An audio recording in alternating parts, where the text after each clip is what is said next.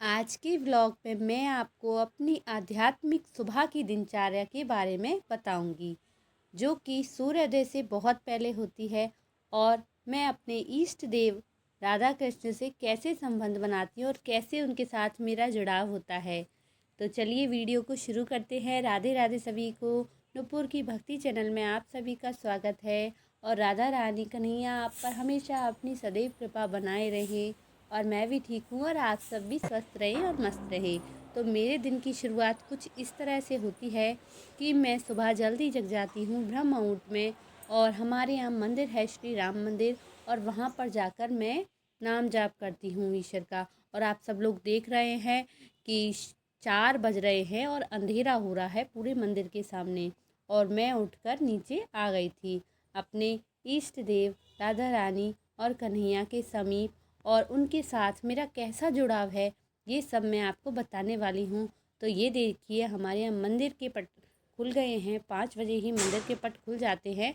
और उसके बाद मैं आ गई हूँ मंदिर में और मैंने मत्था टेक लिया है। और आप सब भी ब्रह्म मुहूर्त में उठने की कोशिश किया कीजिए, क्योंकि ब्रह्म मुहूर्त में उठने से आपके सभी कार्य सफल होते हैं और आपके जीवन को एक अलग ही राह मिलती है। तो कल्पना कीजिए कि सूर्योदय से पहले ही आपको अगर एक शांति और आध्यात्मिक जुड़ाव का अनुभव हो रहा है, अगर आपके जीवन के कुछ पल किसी दिव्य अनुभव को समर्पित हों तो कैसा रहेगा। तो आइए मेरे साथ जुड़ें और मेरी पवित्र सुबह की दिनचर्या का अनावरण करें, जो भक्ति का एक ऐसा सफ़र है जो पूरे दिन और जीवन भर के क्या लिए आप अपने आदर्श स्थापित दैनिक करता जीवन है। में उद्देश्य और शांति की गहराई अनुभूति की तलाश में हैं? जानिए कैसे मेरी अनोखी आध्यात्मिक सुबह की दिनचर्या, जो राधा कृष्ण से जुड़ने पर केंद्रित है, आपके संपूर्ण जीवन को बदल सकती है। जब हम सुबह के समय सूर्योदय होने से पहले सभी देवी देवताओं के सामने अपने आप को समर्पण कर देते हैं, तो ये अनुभव हर पल को दिव्य कृपा से भर देता है और पर्दे की पीछे की यात्रा का आकर्षण आपको बताते हैं। क्या कभी आपने सोचा है कि एक भक्त के लिए एक गहन आध्यात्मिक सुबह वास्तव में कैसी होती है? कभी मेरे घर पे आइए और सूर्योदय से पहले की मेरी सारी क्रियाओं को, रस्मों को देखिए। देवी देवताओं के नाजुक अलंकरण से लेकर शक्तिशाली नाम जाप तक अनुभव कीजिए कि मैं राधा कृष्ण के साथ गहरा संबंध कैसे बनाती हूँ, दुनिया के जागने से बहुत पहले। और हमारे यहाँ मंदिर है तो साक्षात हमारे यहाँ देवी देवता विराजमान रहते हैं। तो मैं ब्रह्म मुहूर्त में ही मंदिर में आ जाती हूँ और हाथ मुंह धो के ही मैं मंदिर में आती हूँ। उसके बाद मैं मंदिर की साफ़ सफाई करती हूँ और थोड़ी देर नाम जाप करती हूँ। उसके बाद मैं ऊपर अपने घर पर आ जाती हूँ और घर के जितने भी काम होते हैं वह सारे काम करती हूँ, क्योंकि एक गृहिणी का यही काम होता है कि वह अपने घर को सुंदर और स्वच्छ बनाए। और जहाँ स्वच्छता होती है वहीं देवी देवता वास करते हैं।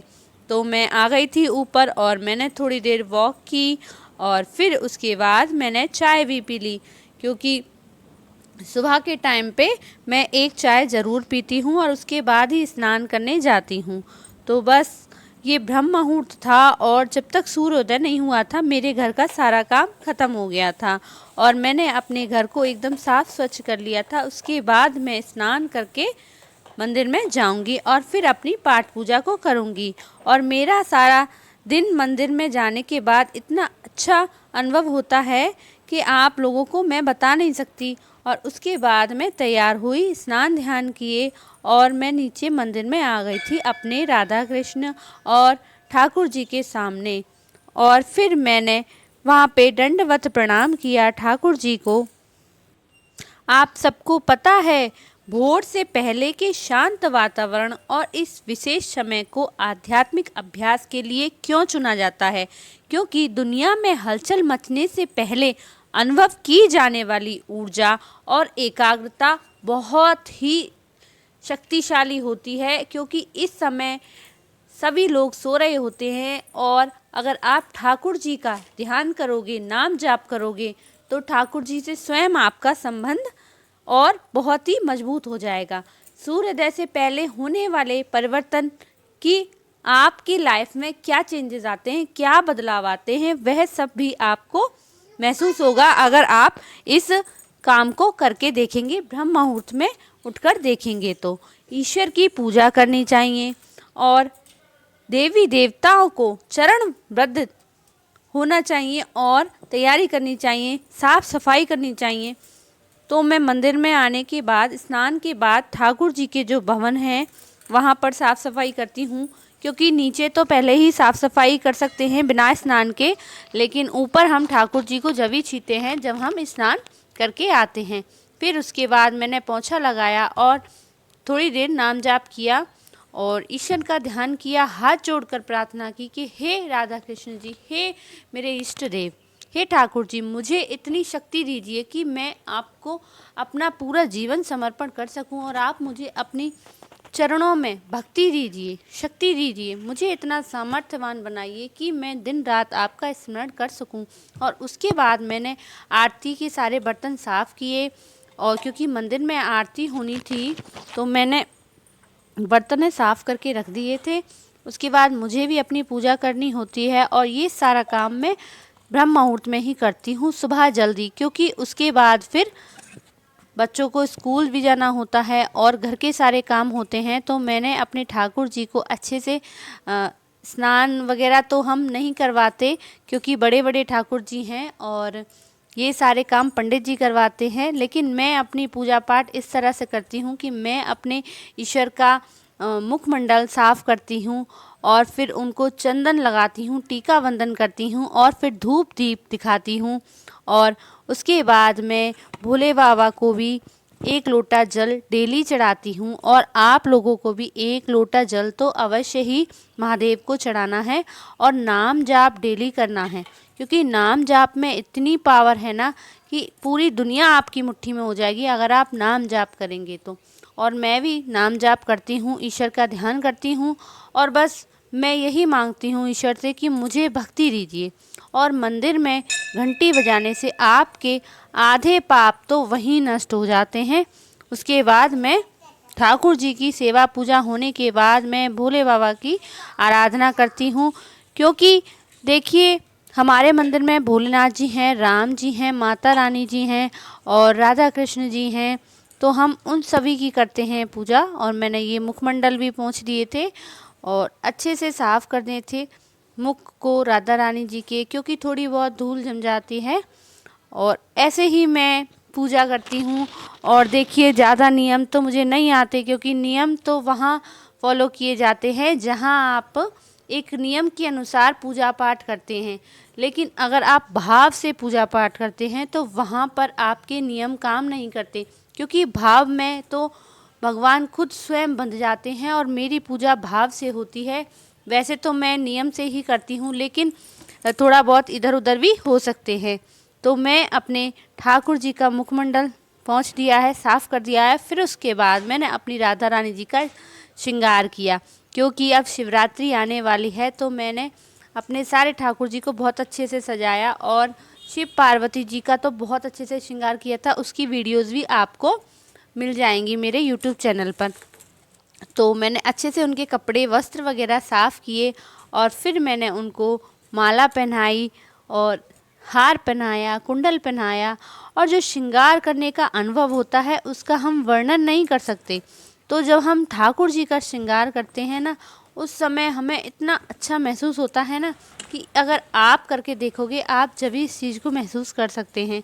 और बस हरे कृष्णा मंत्र का जाप करते रहते हैं, क्योंकि सुबह इस समय इस मंत्र का जाप करने से बहुत लाभ होता है। और मंत्रोच्चारण के बाद ही आपको इतनी शांति मिलती है, आपके मन में इतनी शांति उत्पन्न होती है और फिर आपका संबंध ठाकुर जी से बहुत घनिष्ठ हो जाता है। राधा कृष्ण जी का श्रृंगार करने में मुझे बहुत आनंद आता है और इनकी मूर्तियों को वस्त्र बनाती हूँ मैं और सजाती हूँ, पूरे प्रेम से, भाव से, प्रेम पूर्ण कार्य करती हूँ। और भक्ति में आहुति और व्यक्तिगत सेवा का महत्व तो बहुत ही ज़्यादा होता है। ये सभी क्रियाएं आध्यात्मिक संबंध को बहुत गहरा करती हैं, क्योंकि दिन की आध्यात्मिक मार्गदर्शक हमारा ऐसा होना चाहिए जिससे हमारा पूरा दिन अच्छा जाए। तो मेरे दिन की सुबह ऐसे ही होती है मेरे ठाकुर जी के साथ, और दिन भर उस शांति और सकारात्मक ऊर्जा का प्रभाव आपके जीवन पर हमेशा बना रहता है। इसलिए अगर आपके जीवन में भी कभी अशांति है तो आप हमेशा ठाकुर जी से हित लगाइए। आपके जीवन की जितनी भी नकारात्मक क्रियाएं हैं वह सब खत्म हो जाएंगी चुटकियों में। और ये सुबह की दिनचर्या विचारों, कर्मों और कार्यों को कैसे आकार देती है ये आपको खुद महसूस होगा ये सब करने के बाद। तो ये थी मेरे और मेरे ठाकुर जी के साथ की मेरी सुबह की दिनचर्या। और फिर हमारे लड्डू गोपाल जी की सेवा करना तो मेरा डेली का काम है, और इनको जब तक ना देखूं मुझे चैन नहीं पड़ता। और इनको स्नान कराए बिना तो मुझे बिल्कुल भी आनंद नहीं महसूस होता। जब तक मैं इनको स्नान ना करवा लूँ ऐसा लगता है मेरा कुछ रह गया है, कुछ पीछे रह गया है। तो सबसे पहले मैं अपने लड्डू गोपाल जी का बड़ा ध्यान रखती हूँ और कोमल हाथों से उनको पहुँचती हूँ, और रोज़ डेली ही नए नए वस्त्र पहनाती हूँ, और मुझे बहुत अच्छे लगते हैं लड्डू गोपाल जी। तो इस तरह से मेरी दिनचर्या है। इस तरह से आप भी अपनी दिनचर्या बना सकते हैं। अगर आपको शांति चाहिए तो अगर आप ठाकुर जी से हित लगाएंगे तो आपको इतनी शांति महसूस होगी कि आपको दुनियादारी की परवाह रहेगी ही नहीं। तो राधे राधे। कैसा लगा आप सबको मेरा ये ब्लॉग और मेरी दिनचर्या? अगर अच्छी लगी हो और आपको मेरी इस वीडियो से कुछ सीख मिली हो तो कृपया करके कमेंट में राधे राधे ज़रूर लिखें, और राधा रानी अपनी कृपा आप पर हमेशा बनाए रखेंगी। तो राधे राधे सभी को।